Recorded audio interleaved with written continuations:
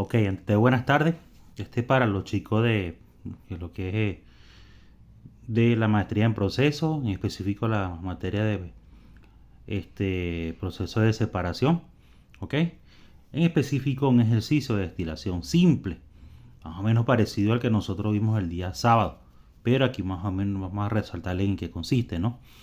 Dice así: una mezcla líquida de estano-octano que contiene 35% en mol de estano se somete a una destilación instantánea a presión atmosférica y una temperatura constante hasta que el 40% del líquido pasa a la fase de vapor.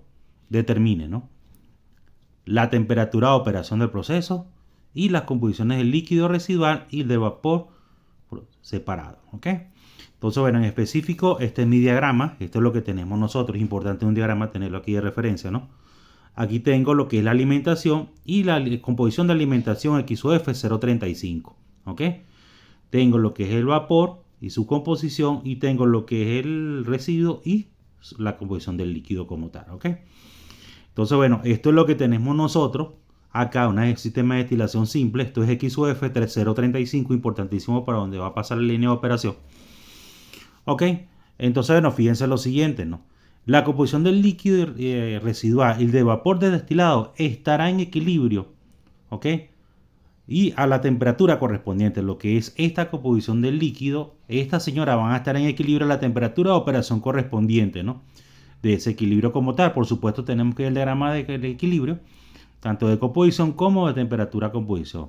Como se conoce la temperatura de operación del proceso en el equilibrio y solo se conoce L sobre B, ya ustedes van a ver por qué, se buscará solución por el método medio gráfico, ¿no? Entonces, bueno, fíjense lo siguiente. Tenemos la concentración del destilado de residuos. Si hacemos un balance global, F por la columna F es igual a L más B. Bien, aquí está, F igual a L más B. Si lo hacemos por componentes, este global, F por X u F va a ser L por X u 2, yo llamé esta corriente de X u 2, ¿ok? Más V por Y sub 1, que es la corriente de arriba. Bien, ok. Ahora, la línea de operación está dada cuando despejamos Y sub 1 de acá. Y sub 1 vendría dando por menos L sobre B por X sub 2, más F sobre B por X sub F. ¿Ok? Entonces, tenemos la pendiente, no conocemos la temperatura, tampoco conocemos estas composiciones. Precisamente ahí es donde lo podemos dos caminos: o hacemos un tanteo, o sencillamente por el método gráfico nosotros podemos determinar, ¿verdad? Como nosotros sabemos menos L sobre B, ¿cierto? Sería menos 60 entre 40, que representa la pendiente de la recta de preparación como tal, de operación acá, perdón, ¿no?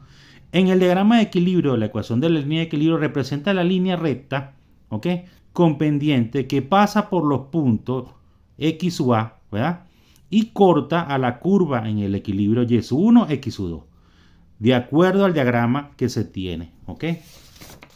Aquí tenemos nuestro diagrama, ¿ok? Aquí tenemos esto. Tenemos la composición de entrada, que es 0,35 aproximadamente, ¿ok? Luego, la pendiente de mi recta, nosotros proyectamos este punto a través que menos L sobre B es menos 1.5, 60 entre 40, ¿ok? Y con esa pendiente, de acuerdo a la horizontal, nosotros trazamos este punto. Donde corte la línea de equilibrio, esto va a ser la composición del vapor y la composición del líquido residual.